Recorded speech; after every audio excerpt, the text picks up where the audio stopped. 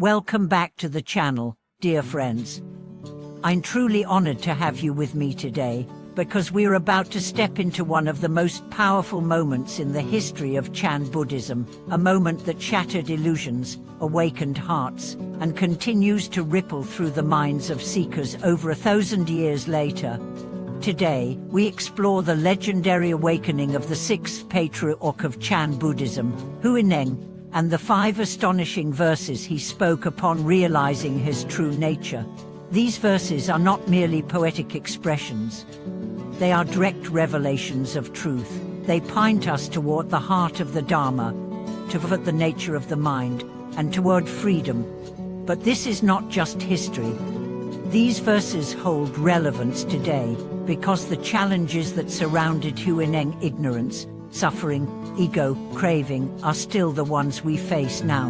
And the answers, the breakthroughs he discovered, are timeless. If we truly understand what these 5 lines mean, not intellectually, but experiential light, something within us will shift forever.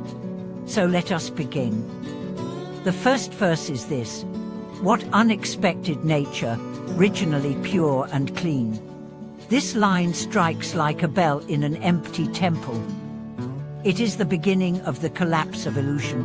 What Huineng is saying is simple, yet revolutionary. Our true nature is not stained. No matter what mistakes you've made, what thoughts you've had, what pain you've endured, beneath all that is something untouched, pristine. This runs contrary to the way many of us think. We often feel broken, tainted, unworthy. But Huineng invites us to look deeper, not to fix ourselves, but to see ourselves. Not to become something else, but to remember what we are beneath the eyes. Imagine a clear lake. Storms may stir the surface, but the depths remain calm. Your mind, your soul, your Buddha nature is that lake. Your thoughts are the wind. Your emotions are the ripples, but they are not you. When the wind stops, the water clears. What do you see? The second verse: "What unexpected nature, never rising nor ceasing." Here, Huineng moves beyond morality into metaphysics. He's not just saying we are pure, he's saying we are beyond time. Your true self was not born and will not die. It is not the body, not the personality, not the story. It is awareness itself. It does not come, it does not go, it simply is. Think about this.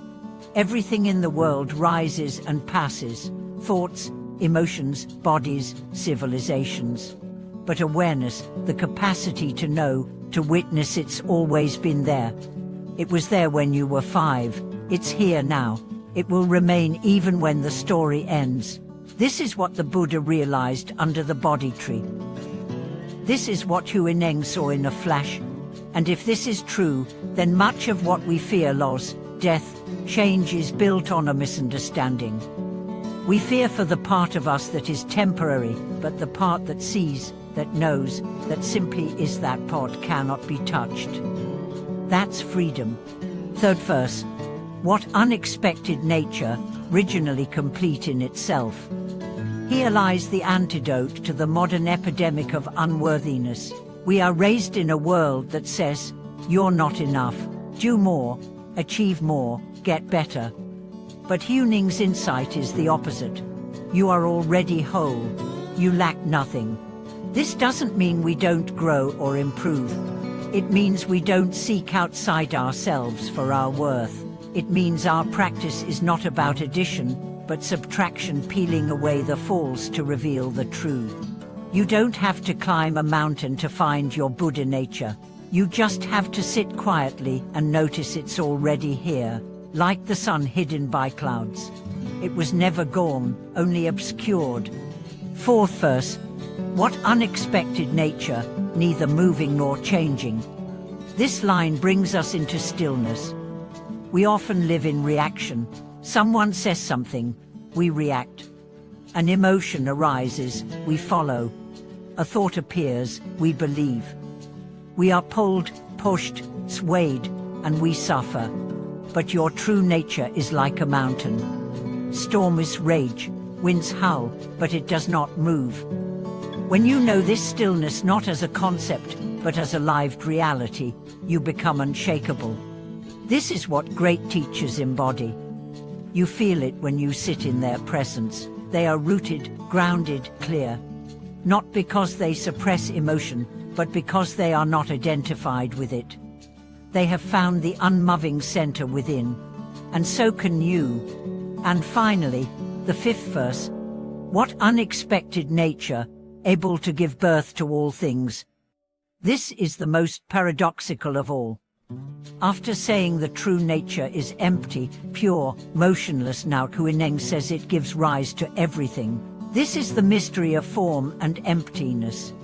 The void is not lifeless, it is creative. Awareness is not passive. It expresses, it dances, it manifests as you, as me, as this moment. In other words, the source of all things is not outside you, it is you. Not the nude of name and form, but the deeper beingness that precedes language. And from that space, everything arises. This teaching destroys the illusion of separation. If all things come from the same source, then all things are connected. Not just philosophically, but literally. When you hurt another, you hurt yourself. When you heal yourself, you heal the world. The walls between self and other dissolve. So what do we do with this? We live it, not just admire it. We meditate, we inquire, we ask, what am I beyond thought? We watch the mind, we sit with silence, we question the story. We become still enough to hear the truth beneath the noise. And slowly, the realization dawns not as a belief, but as a knowing. I am not what I thought. I am not the body, the mind, the trauma, the dreams. I am the space in which all that arises. I am the awareness. I am the light.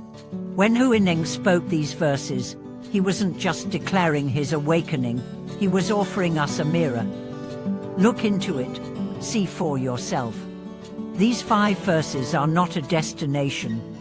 They are a path, a method, a medicine. Return to them often. Reflect on them, chant them, sit with them. Let them wash through you until they don't just inform you, they transform you. And now, I want to hear from you.